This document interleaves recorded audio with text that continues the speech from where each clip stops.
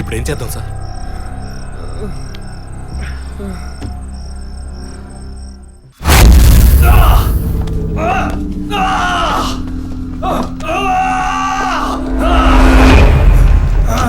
Stop it! Stop it!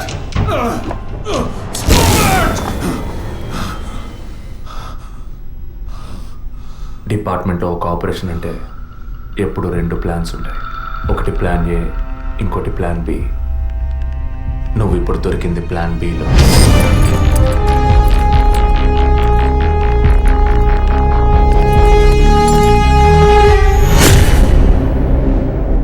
చెప్పు, ఎందుకు blackmail చేశారు? పద్మ, జెసికా, ఫాదర్, మా వదిన అభినయ, ఇంకా కళ్ళకు తెలియని ఎంతో మంది. అంతా నీకు తెలుసు. చెప్పరా.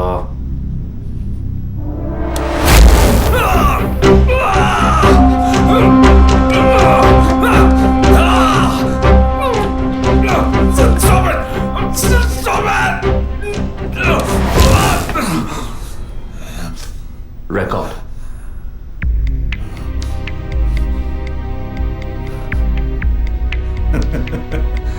నేను భయపడను.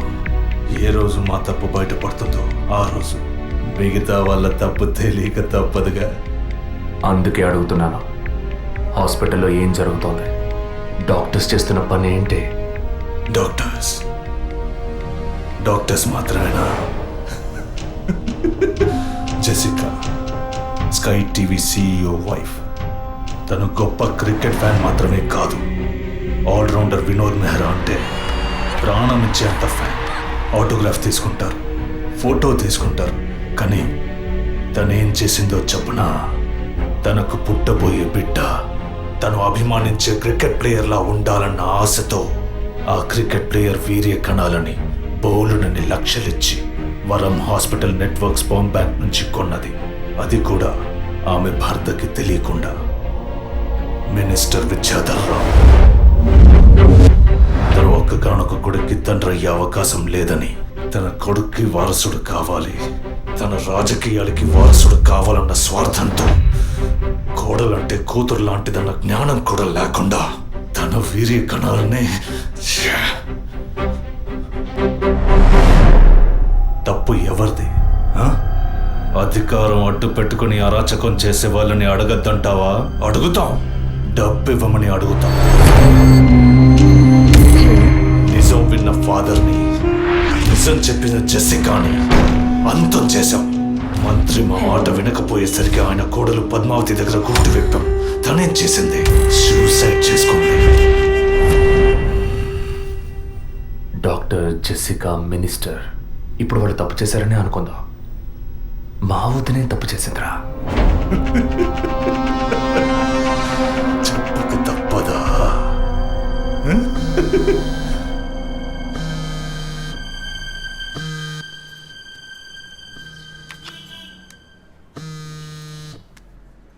హలో, అభినయ, అవును. ఎవరు? నేనెవరన్నది ముఖ్యం కాదు, కానీ నువ్వు ఒక ముఖ్యమైన విషయం తెలుసుకోవాలి. హలో, నువ్వెవరో తెలియకుండా ఏ విషయం వినాల్సిన అవసరం నాకు లేదు. నువ్వు చెప్పక్కర్లేదు.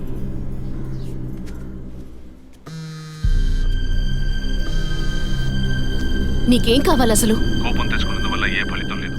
ఇంకో 3 నెలలు సీమంతం, 6 నెలలు ప్రసవం అనే స్థితిలో ఉన్న నువ్వు ఇలా కోప్పడతా ఎలా? ఈ మాత్రానికేనా? నీకు తెలియని నిజం చెప్తున్నాను, విను. నీ కడుపులో పెరిగే బిడ్డకి తల్లివి నువ్వే, కానీ ఖచ్చితంగా నీ భర్త మాత్రం తండ్రి కాదు. డాక్టర్ తులసి, వరం హాస్పిటల్, కృత్రిమ గర్భధారణ. ఈ విషయం నీకు నీ భర్తకి మాత్రమే తెలుసు అనుకుంటున్నావు కదా?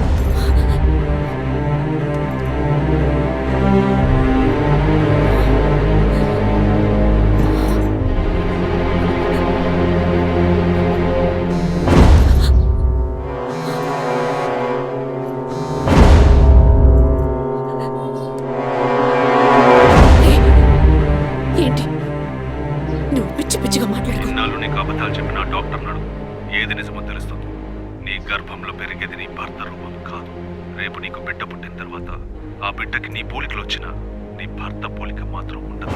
తండ్రి లాంటి మొహం, తండ్రి లాంటి కళ్ళు, అలా చెప్పుకోవడానికి దేనికి పోలికలు ఉండవు.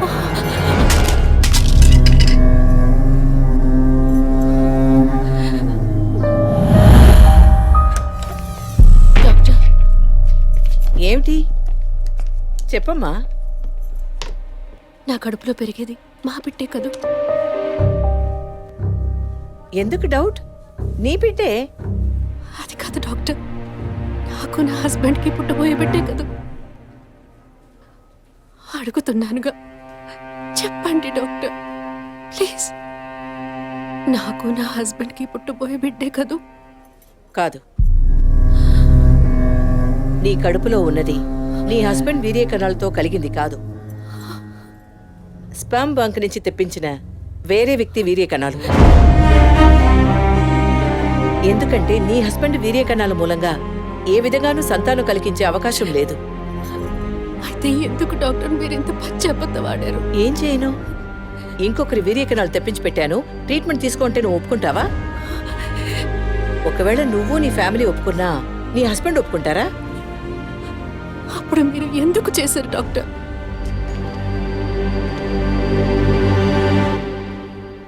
ఇవాళ్ళున్న సిచ్యువేషన్లో వివాహం అయ్యి ఏళ్లు గడుస్తున్నా పిల్లలు లేని దంపతుల్ని చూసి ఈ సమాజం ఏమంటుందో నేను వినే మాట్లాడుతున్నాను. అది నువ్వు అనుభవించకూడదనే ఓ అమ్మలా నేను బాధపడ్డాను. ఇప్పుడు చెప్పు, నేను చేసింది తప్పా? ఇప్పుడు తప్పని నువ్వు భావిస్తే ఏ యాక్షన్ తీసుకున్నా నేనేమనుకోను. నా మాట విను. నీకోసమే కాదు, సొసైటీలోని భర్త గౌరవం కోసమైనా నువ్వు భరించక తప్పదు.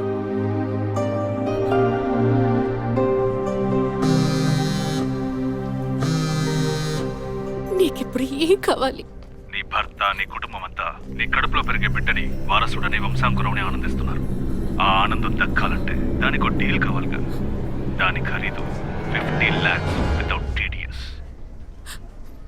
అంత డబ్బు నా దగ్గర లేదే. నీ దగ్గర, నీ భర్త దగ్గర లేకపోతే లేకపోవచ్చు, మీ నాన్న దగ్గర ఉండొచ్చుగా.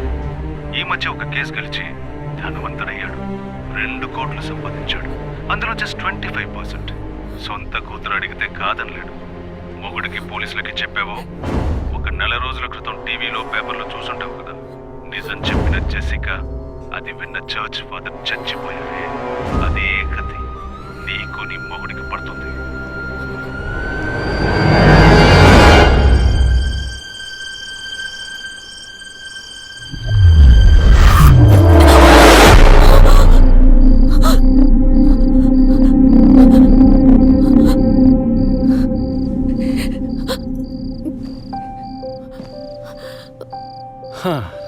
ఈ మధ్య ఆఫీస్లో నేను సరిగ్గా పనిచేయలేకపోతున్నాను. అబ్బాయి పుడితే ఏం పేరు, అమ్మాయి పుడితే ఏం పేరని ఆలోచించడానికే టైం చాలటం లేదనుకో. మీరేం కోరుకుంటున్నారు? అబ్బాయా, అమ్మాయా? ఇన్ని రోజుల తర్వాత మనకంటూ ఒక బిడ్డ పుట్టడమే సంతోషకరమైన విషయం. సరే, పుట్టబోయేది అబ్బాయా, అమ్మాయా, ఏం పేరు అవన్నీ వదిలే.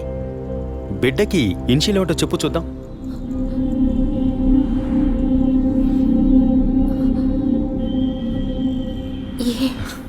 కాదు, S for Arvind, S for Sri Abhinaya. బిడ్డల మీద తండ్రికి మాత్రమే హక్కు ఉందనుకుంటే సరిపోతుందా? అన్ని నొప్పులు భరించి భర్తగా ఆ గుర్తింపు నాకిచ్చిన నీకు ఆ మర్యాద, హక్కు ఉంటుందిగా.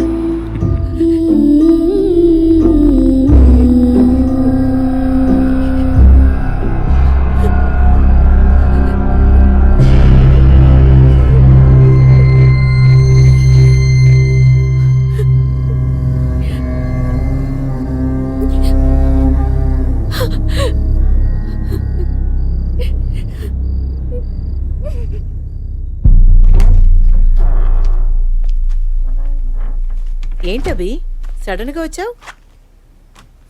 స్కానింగ్ కూడా వచ్చే వారం తీద్దామన్నానుగా. I hope you are completely clear and all right now. నేను ఒకటి అడుగుతా, చేస్తారా డాక్టర్? చెప్పమ్మా, అందుకేగా నేను ఇక్కడ ఉంది. నాకు అబార్షన్ చేయండి డాక్టర్. ఏమిటి నువ్వు అనేది? అవును డాక్టర్, నా కడుపులో పెరిగే పిండాన్ని తీసేయండి. అది నీ బిడ్డ కాదు, ఇది నా బిడ్డ కాదు. నా కడుపులో బిడ్డంటూ ఉంటే అది నా భర్తకి సంబంధించిందే అయి ఉండాలి. ఓ ఆడపిల్లకి అమ్మనే స్థానం ఎంత ముఖ్యమో నువ్వు ఇప్పటికైనా అర్థం చేసుకో. అమ్మ అనిపించుకుంటే సరిపోతుందా? ఆయనకి నేను ద్రోహం చేసినట్టు కాదా?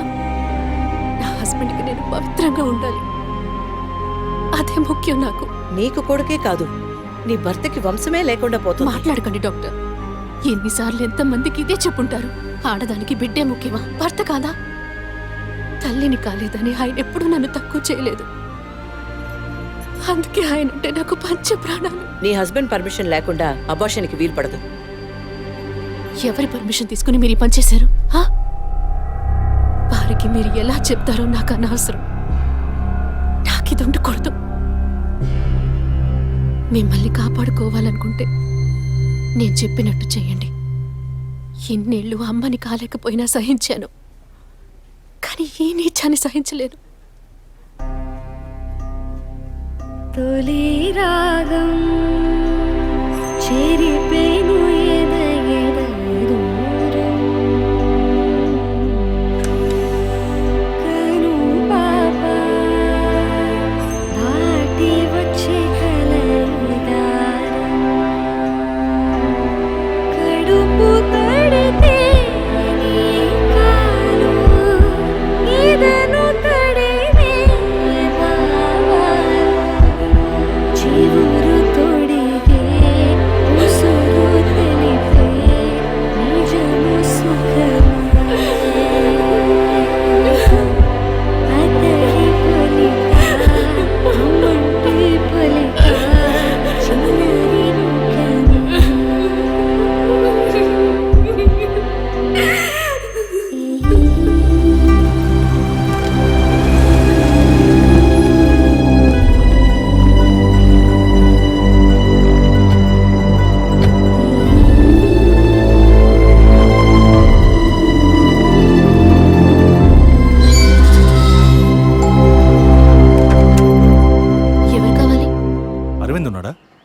ఆయన ఇప్పుడే ఫ్యాక్టరీకి వెళ్ళారు. మీరు? నా పేరు గుణ. నేను వాడి కాలేజ్ క్లాస్మేట్. ఇవాళ ఇంటికి రమ్మన్నాడే. ఆ, నాతో ఏం చెప్పలేదు. కొంచెం ఉండండి. అలాగే.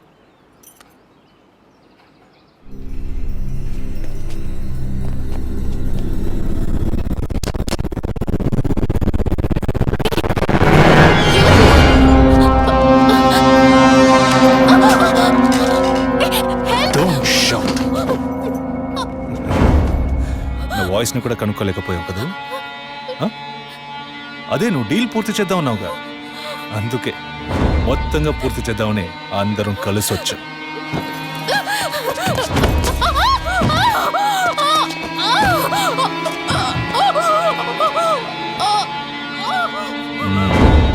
ఎప్పుడు ఏ క్షణంలో నువ్వు బిడ్డని వద్దనుకున్నావో అప్పుడే అర్థమైంది నిన్ను నమ్మకూడదని.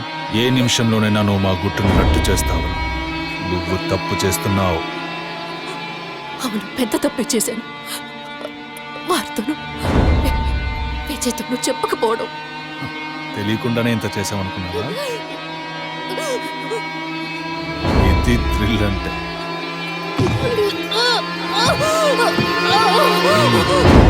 నీ మీద జాలితో ఒకే ఒక ఛాన్స్ ఇస్తాను.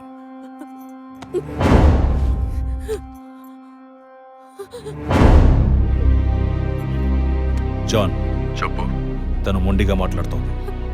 నువ్వు చెప్పు. స్పీకర్ ఆన్ చేయి. చూడవి, కావాలంటే డీల్ క్యాన్సిల్ చేసుకుందాం.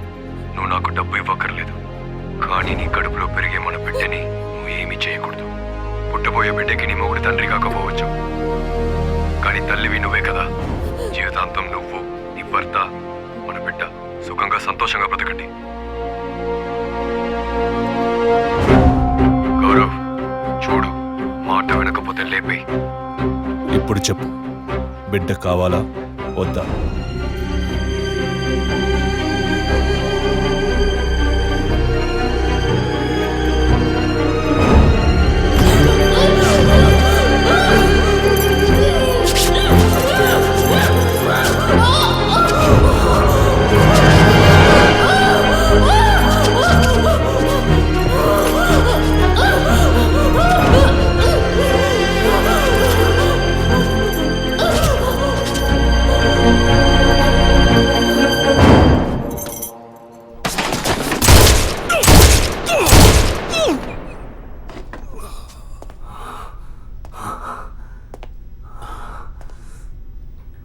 సార్, ఏంటి సార్ షూట్ చేశారు? అన్ని విషయాలు తెలిసిన వీడికి ఒక్కడికే సార్, ఉన్న ఒక్క ఎవిడెన్స్ షూట్ చేశారు. ఏంటి పెద్ద ఎవిడెన్స్? ఇలాగే ఎవిడెన్స్ ఎవిడెన్స్ అంటూ అన్ని వదిలేస్తున్నావు. వీడి వల్ల ఊరికేది ఏమీ లేదు, చస్తే చావని.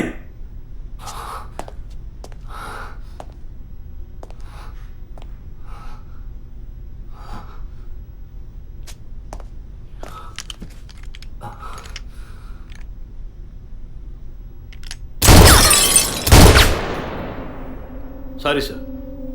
ఏమయ్యా, సార్ వాడిని ఇన్వెస్టిగేట్ చేస్తున్నప్పుడు మనం ఏం చేయాలి చెప్పవయ్యా? తుపాకీని భద్రంగా చూసుకోవాలి. మనం అజాగ్రత్తగా ఉన్నాం, వాడు దాంతో మనం షూట్ చేయబోయాడు.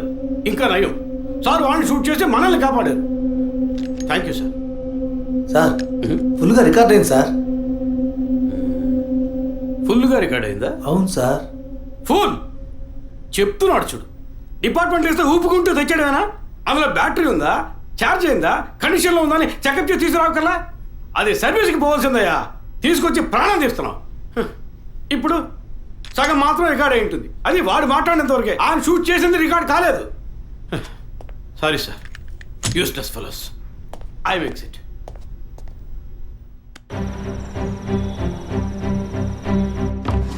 సార్, వరం హాస్పిటల్లో ఆర్టిఫిషియల్ ఇన్సెమినేషన్ చేయించుకున్న కపుల్స్ డీటెయిల్స్ మొత్తం ఈ సిస్టంలో ఉన్నాయి సార్. ఆ హాస్పిటల్ ఒరిజినల్ సాఫ్ట్వేర్ ఇదేనా? Yes sir. సార్, అది మాత్రమే కాకుండా సిటీలో ఉన్న అన్ని ఫెర్టిలిటీ హాస్పిటల్ సాఫ్ట్వేర్స్ని హ్యాక్ చేసి డేటాస్ అన్ని కలెక్ట్ చేసి పెట్టున్నారు సార్.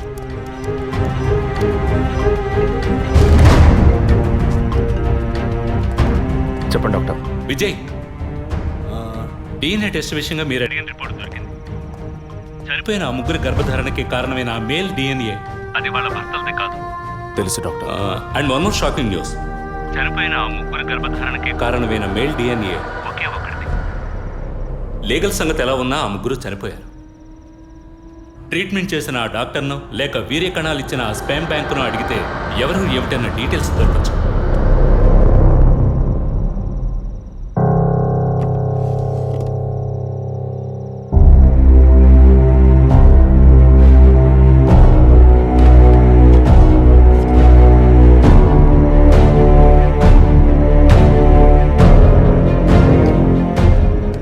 పేరేంటి?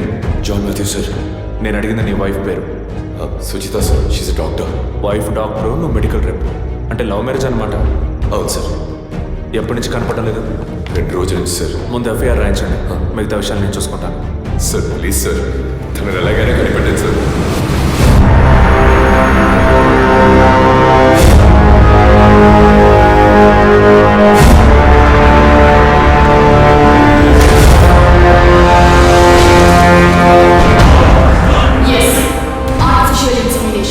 ఒక డాక్టర్గా ఎంతో మందికి ఆర్టిఫిషియల్ ఇన్సెమినేషన్ చేసిన దాన్ని నాకు నేను చేసుకోలేనా? సుజి, మనకంటూ మనకు ఒక బిడ్డ కావాలి. ఆ బిడ్డ నాన్న అని పిలవాలి. నీకు వల్లేనే నా బిడ్డ కూడా ఉండాలంటావా? అంత కర్మ నాకు పట్టలేదు. నా బిడ్డనైనా నా ఇష్టం వచ్చినట్టు కంటాను. నువ్వు నీ వంశం నీ పిల్లలు అని నీ బానిసగా పడుండనా?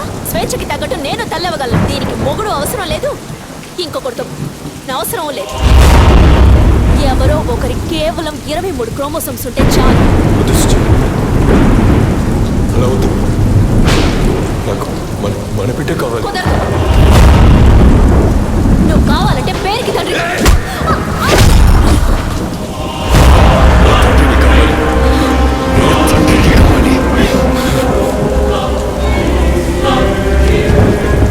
తండ్రిని కాకూడదంటానికి నువ్వెవరివే? దొంగము.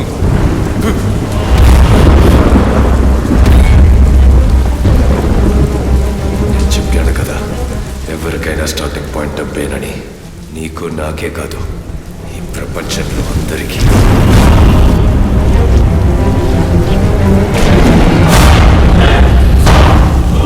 I want to be a father.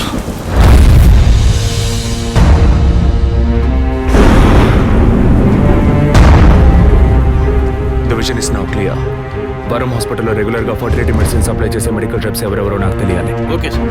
Ravi sir 2009 క్రిస్మస్కి ముందు రోజు, అంటే December 24th, R6 పోలీస్ స్టేషన్లో తన వైఫ్ మిస్ అయిందని కంప్లైంట్ ఇవ్వడానికి వచ్చిన జాన్ మాథ్యూస్ అనే వ్యక్తి అడ్రస్, అతను ఇప్పుడు ఏం చేస్తున్నాడనే ఫుల్ డీటెయిల్స్ నాకు కావాలి. Get it? Yes sir. Sir మీరు?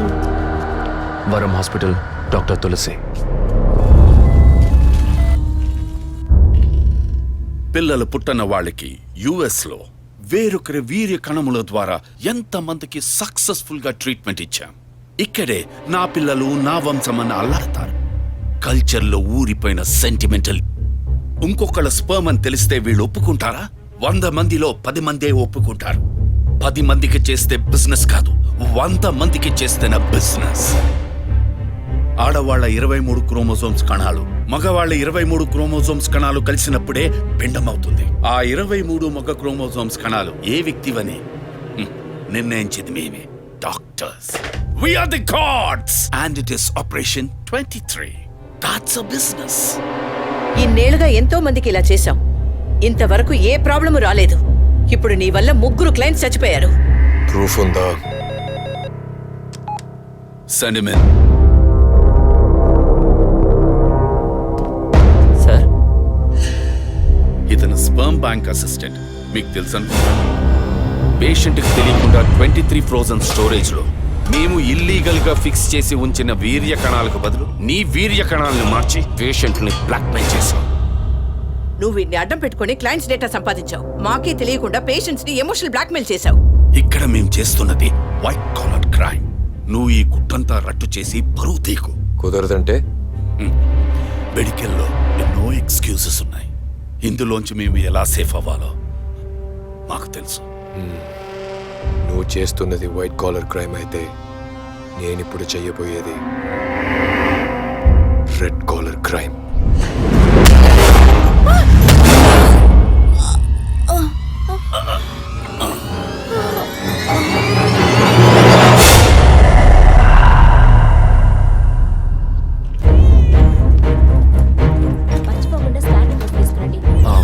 డాక్టర్ తులసి చూసి రామకృష్ణ గారిని కలవాలి. మేడం దీంతో మీటింగ్ లో ఉన్నారు, కొంచెం వెయిట్ చేయండి సార్. Thank you.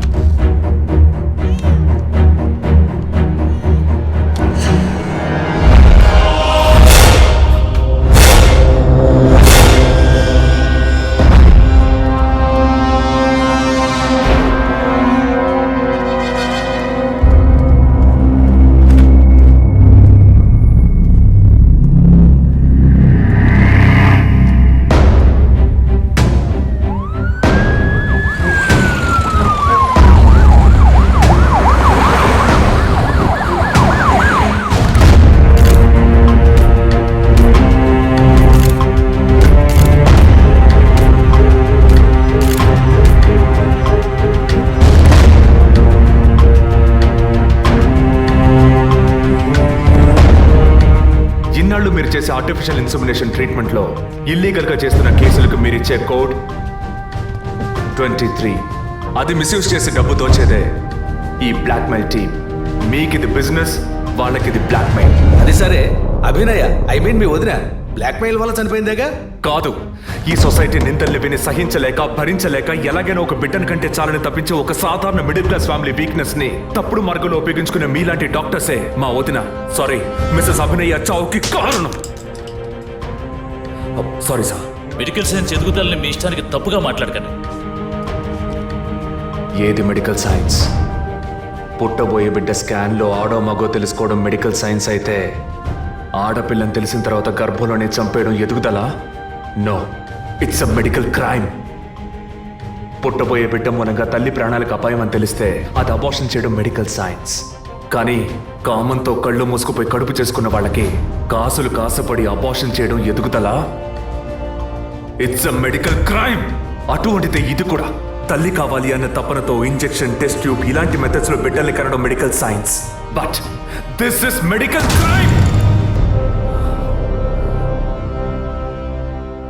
డాక్టర్స్ని అందరం దైవంగా నమ్ముతాం, ఎందుకంటే ఒక ప్రాణాన్ని కాపాడతారని, నిండు ప్రాణాన్ని తీస్తారని కాదు. తెలిసి తప్పు చేసే డాక్టర్స్ ఎవరెవరో మనకు తెలియాలంటే పేషెంట్స్ని బ్లాక్మెయిల్ చేసే మొత్తం టీంని మనం పట్టుకోవాలి. అందుకు లీడ్స్ అండ్ ఎవిడెన్స్ ఇవే. వీళ్ళు నలుగురు ఆర్ఫన్స్. ఒకే హోమ్లో కలిసి బతకడమే కాకుండా ఇప్పుడు కూడా కలిసే ఉంటున్నారు. మెడికల్ డిపార్ట్మెంట్లో ఉండే ఈ నలుగురే ఈ మొత్తం వ్యవహారానికి కారకులు.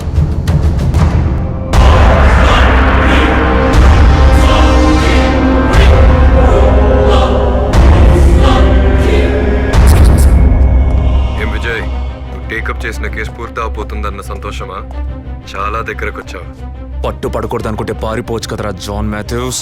పట్టుకోగలవు అనుకోకు. నువ్వు పెళ్ళాన్ని పోగొట్టుకుని నా దగ్గరకు వచ్చినోడువే కదరా. నీతో వేగలేక తను పారిపోయి ఉంటుంది. పెళ్ళాన్ని పోగొట్టుకున్న వాడిని కాదు విజయ్, పెళ్ళాన్ని చంపేసిన వాడిని. ఎక్కడున్నావు? నే డాక్టర్ కోసం వచ్చాను, నువ్వు నా కోసం వచ్చావు. బట్ హాస్పిటల్లో ఉన్న నీ వైఫ్ ని చూడలేదు కాదు, అదే నీ వుడ్ బి గీత. ఏయ్, ఏమంటున్నావు? నా మీద పగతో నీ ప్రేమని వదులుకోకు. తను కొద్దిగా చావుకి దగ్గరవుతోంది. తను ఎక్కడ్రా? ఎక్కడుంది? 23. Shit!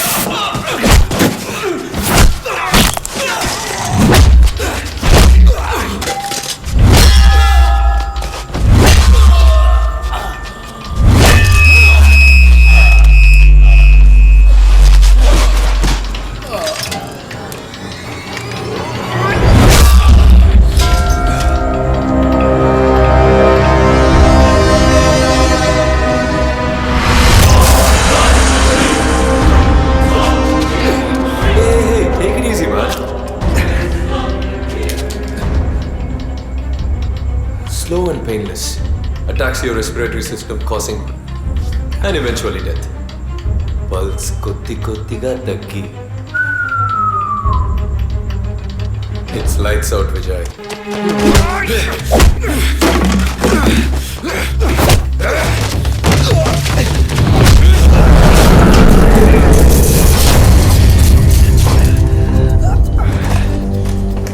I'm just not medically trained, Vijay, but also physically.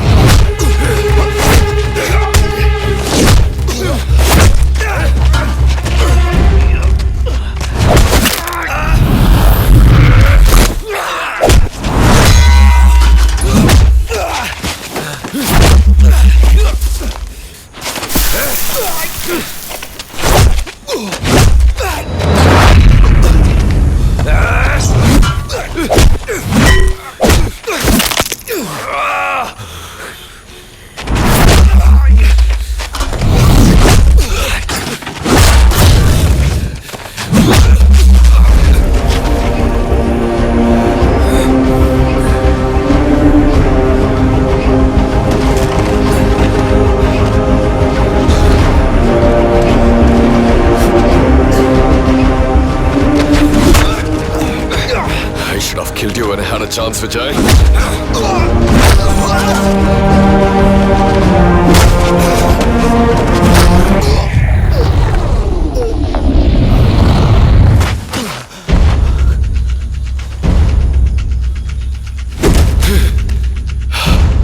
ఎప్పుడైతే వరం హాస్పిటల్లో మొట్టమొదటిగా నీ వదిలిని చూశానో అప్పుడే డిసైడ్ అయ్యాను తన కడుపులో పెరగాల్సిన బిడ్డకి నేనే తండ్రి కావాలని.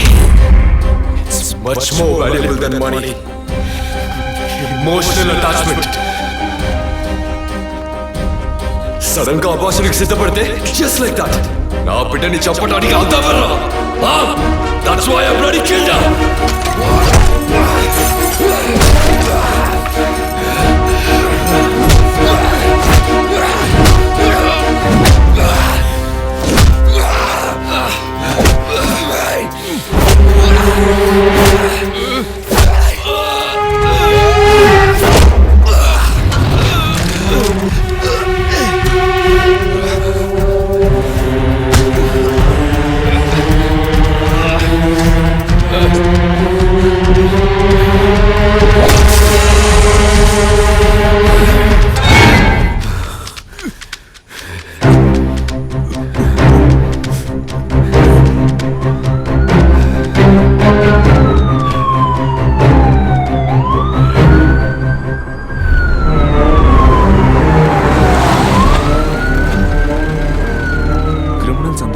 చేసిన పని వాళ్ళకి న్యాయమని అనిపించవచ్చు. అంత మాత్రాన వాళ్ళు చేసిన అన్యాయం న్యాయమైపోదు. మాతృత్వంతోనే ఆడజన్మ సంపూర్ణత్వాన్ని పొందుతుందంటారు. కానీ ఈ లోకంలో ఎంతో మంది పిల్లలు లేని వాళ్ళు ఉన్నారు. అటువంటి వాళ్ళ లోపాలని సరిచేయగల వైద్య వృత్తిని ఇలా దుర్వినియోగపరుస్తున్నారని తెలిసినప్పుడు బాధగా ఉంది విజయ్. ఇంతవరకు మనం ఎందరో పిల్లలు లేని వాళ్ళ గురించి మాట్లాడుకున్నాం. ఎంతో మంది పిల్లలు అమ్మా నాన్న లేని వాళ్ళు ఉన్నారు. వాళ్ళకి మాత్రం సొల్యూషన్ ఎక్కడుంది?